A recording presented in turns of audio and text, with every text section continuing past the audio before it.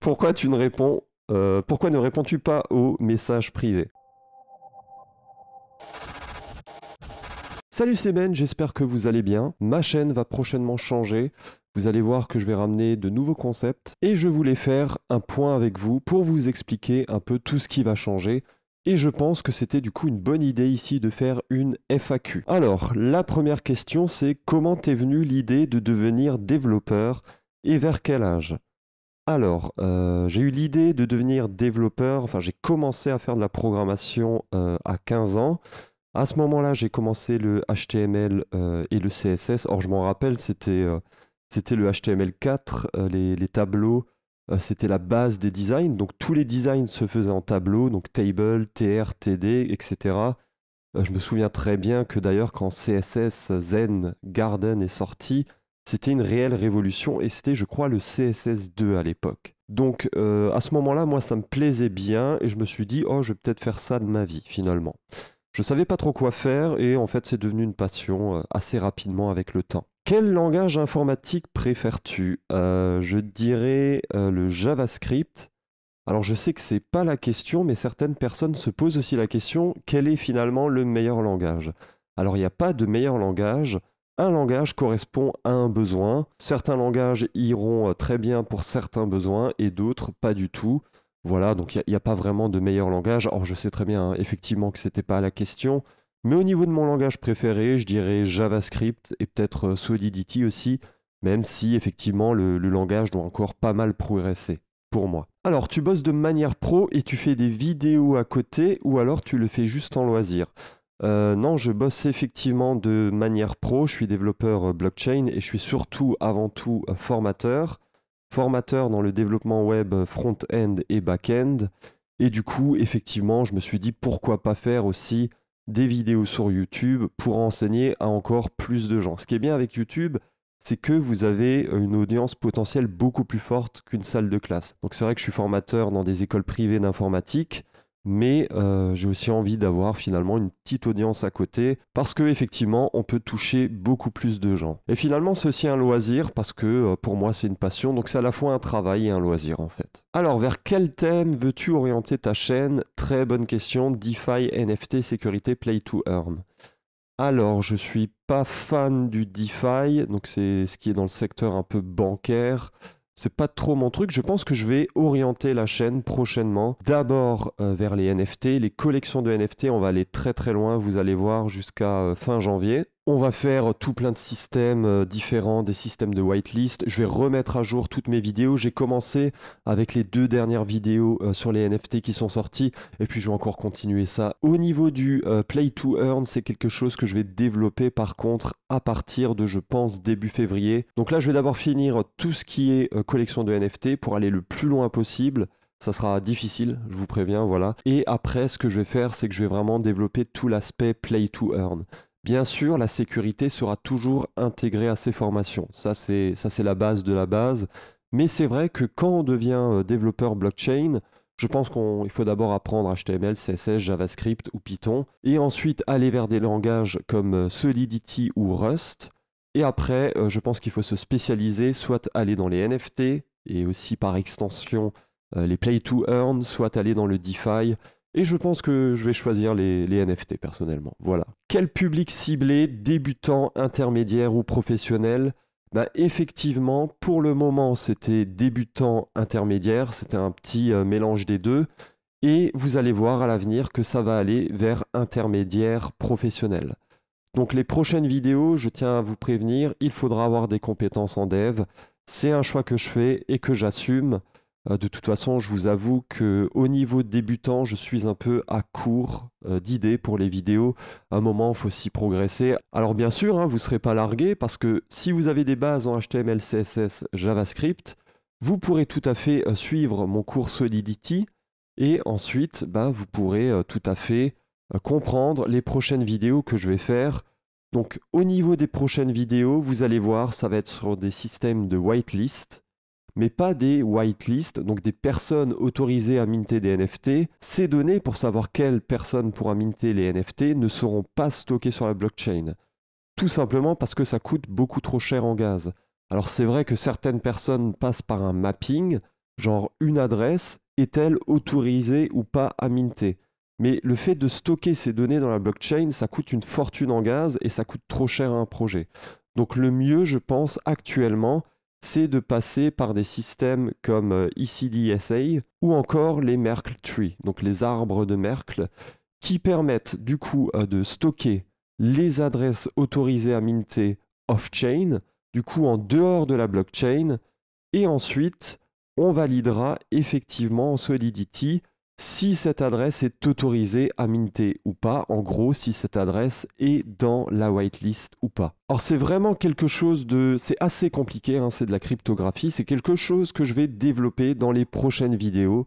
Donc les prochaines vidéos auront ce sujet précisément. Et aussi, vous allez voir que je vais vous montrer comment se déroule un projet professionnel. Je vous en dis plus dans quelques secondes. Quel est ton parcours pour en arriver là en tant que développeur? Alors, très bonne question aussi. Comme je vous l'ai dit, j'ai commencé le dev à 15 ans. C'était fin collège. Ensuite, je suis allé au lycée. C'est vrai que là, je faisais beaucoup de PHP et de SQL. Et assez naturellement, je me suis dit que j'allais faire un DUT informatique.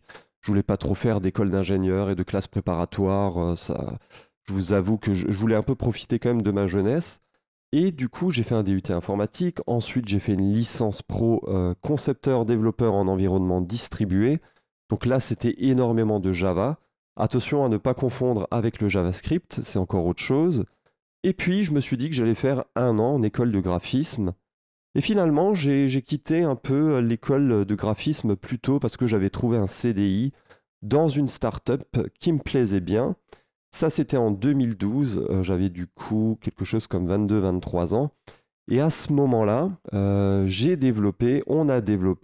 a créé le système de click and collect que tout le monde connaît maintenant. Voilà, donc en 2012, nous avions créé ce concept-là. J'ai quitté ensuite cette start-up au bout de 2 ans pour aller plutôt dans des SS2I.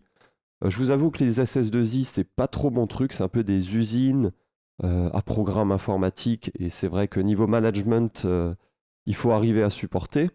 Alors ça, c'est pas du tout mon truc.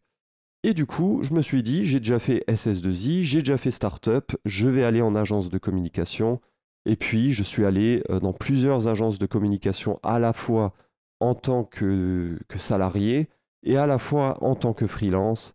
Et puis, en 2018, j'ai décidé finalement de tout quitter pour créer vraiment à fond mon statut de freelance. Et à ce moment-là, je suis devenu formateur pour des écoles privées d'informatique.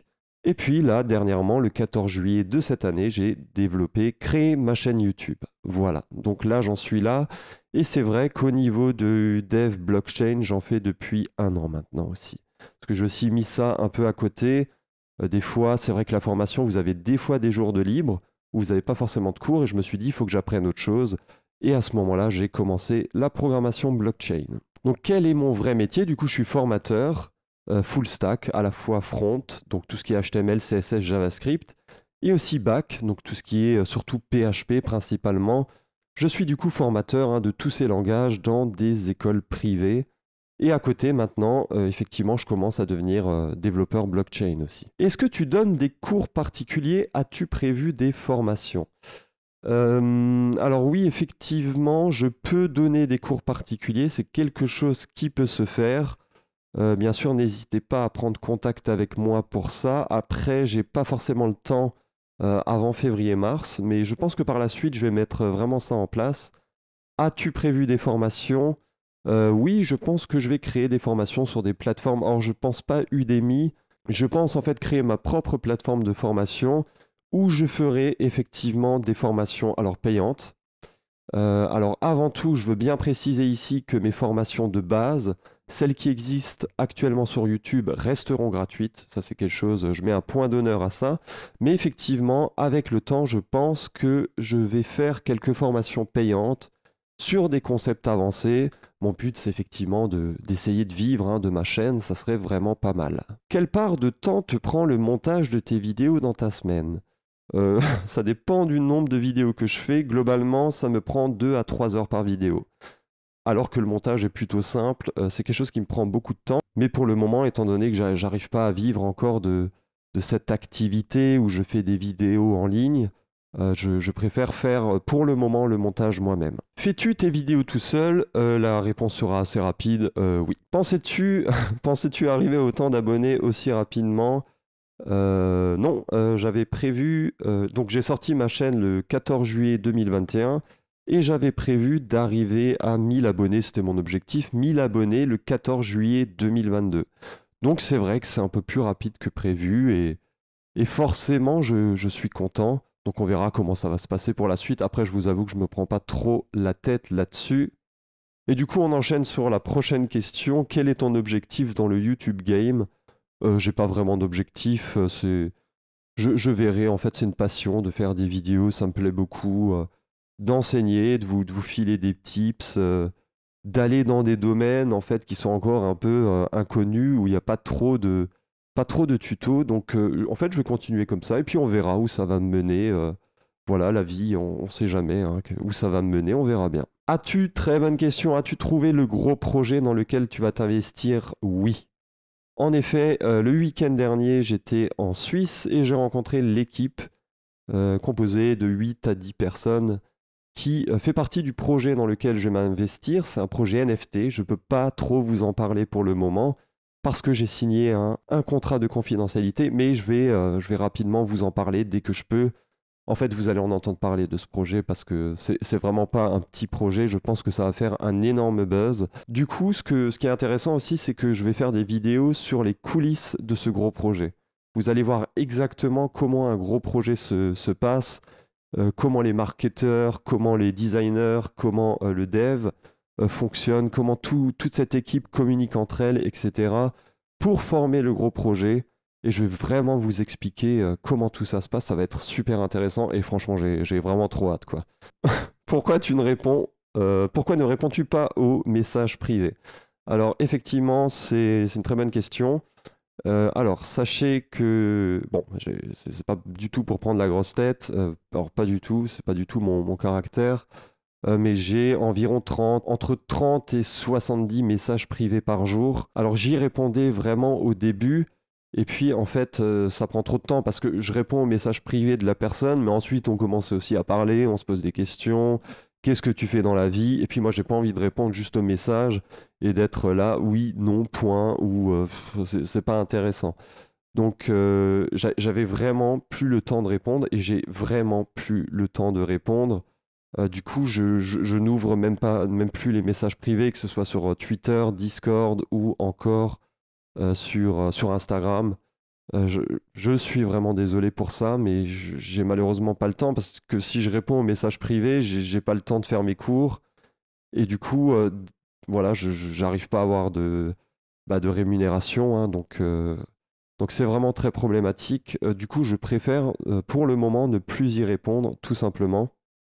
Si vous avez besoin d'aide, hein, vous pouvez toujours, ça sera toujours gratuit, je vous demande absolument rien sur ce channel. Je donne vraiment tout gratuitement et je fais vraiment du mieux possible. Et du coup, si vous avez besoin d'aide, allez sur Discord, il y a des gens qui vous aideront. Voilà. C'est quoi le tableau derrière toi? Alors, c'est un tableau de Beethoven qui est mon musicien classique préféré, je dirais. Quelqu'un qui, malgré sa surdité, enfin, il n'était pas complètement sourd, enfin presque à la fin de sa vie, mais imaginez, vous avez la passion de la musique, vous vivez pour la musique, et vous avez l'ouïe qui commence à baisser progressivement au fil des années. Enfin, ça doit être complètement horrible, et pourtant, malgré les difficultés de la vie, il n'a jamais arrêté. Je pense que ça, c'est vraiment une très belle inspiration, il a fait vraiment des choses magnifiques. Donc voilà, c'est vraiment une très belle inspiration qui m'accompagne. Parce que forcément, je pense que dans la vie, il faut aller jusqu'au bout, il ne faut jamais s'arrêter. Et puis voilà. Voilà, j'espère que ça aura répondu à pas mal de vos questions. On se retrouve dans les prochaines vidéos et je vous dis à bientôt. Ciao, ciao les gars.